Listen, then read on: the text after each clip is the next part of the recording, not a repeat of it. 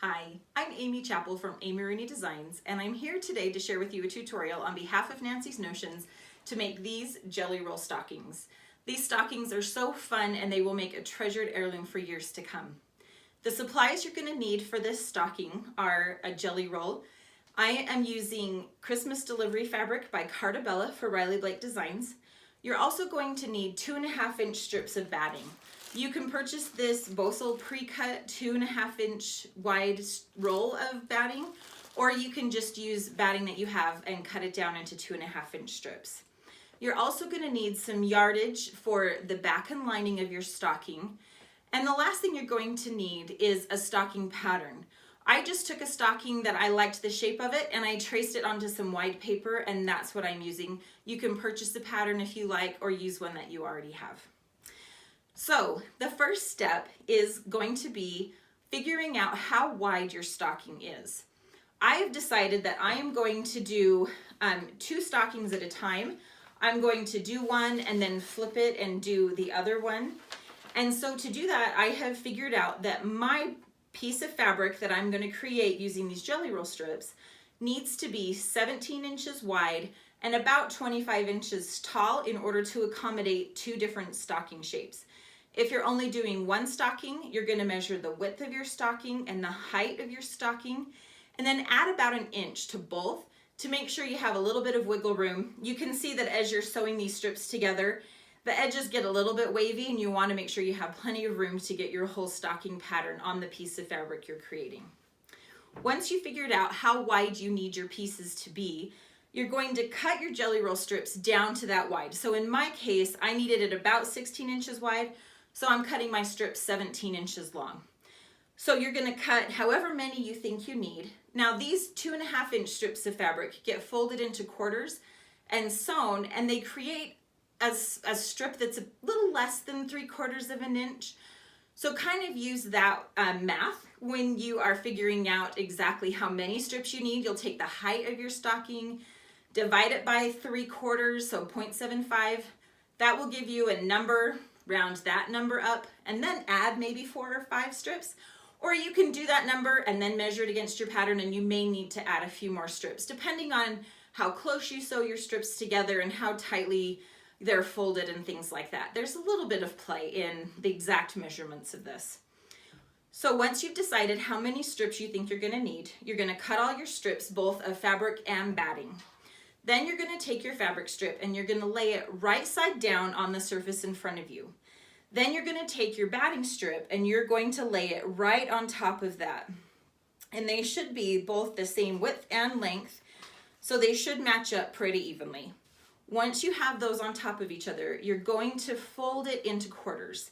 So to do that, you're going to bring the 2 edges and have them meet roughly in the middle. We're not being super precise here because the batting makes it a little bit tricky to get it all in there, but you're going to relatively closely fold it, the 2 edges into the middle, and then you're going to fold it in half so that all of those raw edges along the length are tucked neatly inside your strip. I like to use Wonder Clips for this part. When you try to use pins, they bend because you've got quite a bit of fabric and bulk here that you're pinning through. But if pins are what you have, use them, you'll want them. So you'll like to hold these in place, and then you'll just keep going down your strip until you have the entire thing folded into quarters. I'll just add one more right here. So once you have all of your strips folded into quarters, so typically what I do is I don't have enough Wonder Clips to do all of my strips at once, so I will do as many strips as I have Wonder Clips for, and then I'll take them to my sewing machine and I'm going to sew an edge stitch just on this side that has the 2 folded edges, just to keep them closed and make sure that those raw edges are tucked nice and tight inside. So you'll stitch down that one side of all of your strips. So I will clip as many as I have clips for, take them to my machine, stitch down those, and then repeat the process until all my strips are sewn down. Then what you're going to do is take your 2 strips that you've sewn. So we're going to pretend these are sewn here. So this one would have stitching on this side, this one has stitching on this side, and I'm going to butt one folded side against one stitched side, just like that. And then at my sewing machine, I'm going to change my stitch to a wide zigzag stitch. I've actually even seen people use a decorative stitch for this. Just make sure that it's a stitch that's fairly wide, because you're trying to catch both pieces of fabric together with your stitches to create one piece. So you're going to zigzag stitch, or whatever stitch you want, down all of your strips until they are all connected to each other. I like to make sure that my strips are staggered.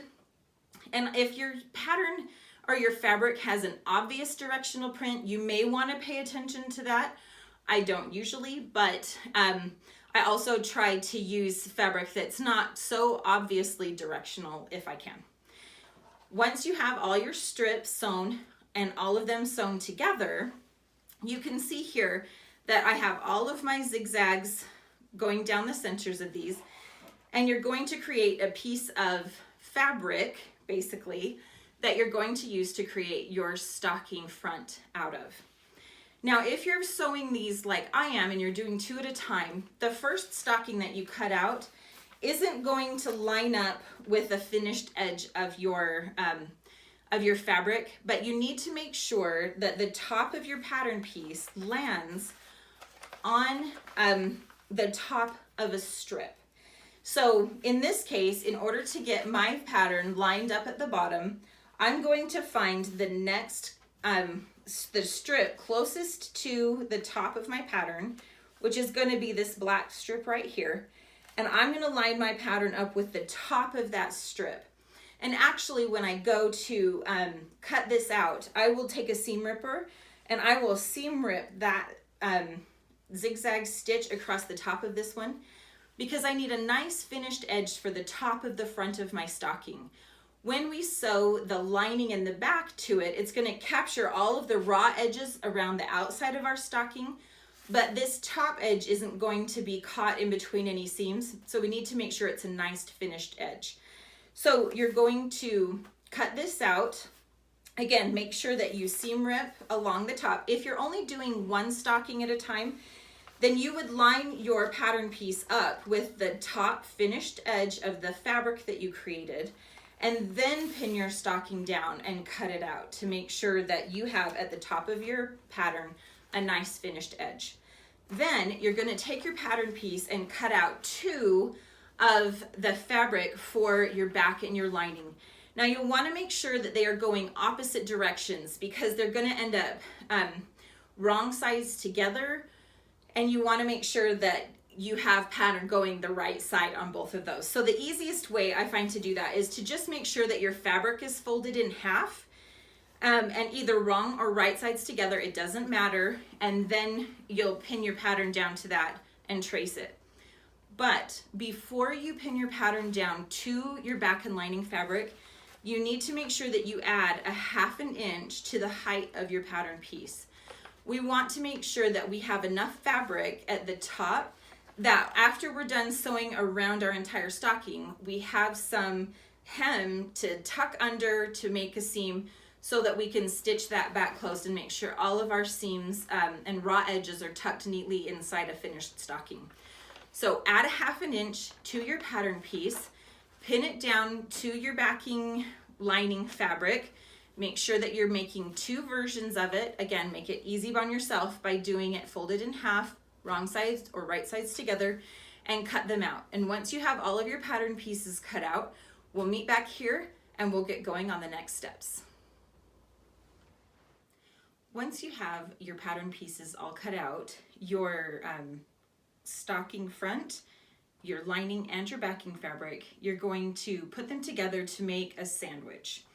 So you're going to have your jelly roll pattern piece sandwiched between 2 layers of your regular fabric. One will become the lining and the other will become the backing. So you will want to make sure that you start lining up your pieces at the bottom, because you have added an extra 1/2 inch of fabric to the top of these pieces, just to remind you. So you'll line them up. And I actually recommend using pins instead of wonder clips for this part, because you're sewing through so many layers, and the double, actually 4 times layer of batting and fabric and stuff that you're sewing through, everything tends to shift a little bit. So you want to make sure that you are keeping all of your layers securely together as you stitch around. So once you have everything pinned in place, you're going to take it to your sewing machine and you're going to start at the top and you're going to sew around the entire thing up to the very top again using a 1/4 inch seam allowance.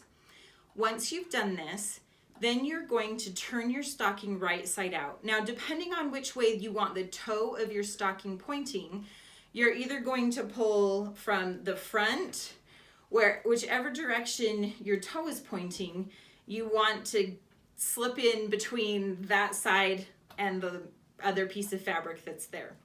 So you'll turn it right side out, and then you will, you don't have to trim your curves or clip them or anything because you have so much bulk here. You're just gonna have to take it to your iron and fight with it to get your seams nice and flat and even. I use my hands and push out those seams really well. Use my iron and some steam even to get all of my edges nice and flat and crisp as you can get them. Once you have your edges all satisfied how you like them, and I wait to do the top until that's all done because sometimes you got to stick your hand back in there and force those seams out and get all of that bulk as in line as you possibly can.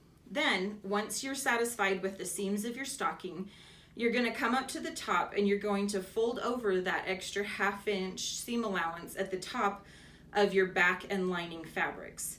At this point, I also like to tuck in my hangers. You can use a ribbon, you can use leftover fabric from your jelly roll strips. If you're using the fabric, what I like to do is use about 1.5 inches of fabric, about 5 inches long, so it's 1.5 inches wide, 5 inches long. Fold it in quarters the same way we did all of our jelly roll strips. Press it, but you don't put batting in it, just to clarify. So you're going to fold the fabric into fourths, stitch along both sides to create your little hanger for your stocking. And then the last step is just to do an edge stitch from this side seam over to the other side seam, making sure that you secure that seam allowance in the top of the back of your stocking. All that's left to do is embellish it if you want. You could put a tag, or you can make pom-poms and put them on like I have. Tassels would be darling. Or just leave them as they are because they are simply gorgeous heirloom stockings that you will love for years to come. I hope you've enjoyed this jelly roll stocking tutorial, and I will see you again soon.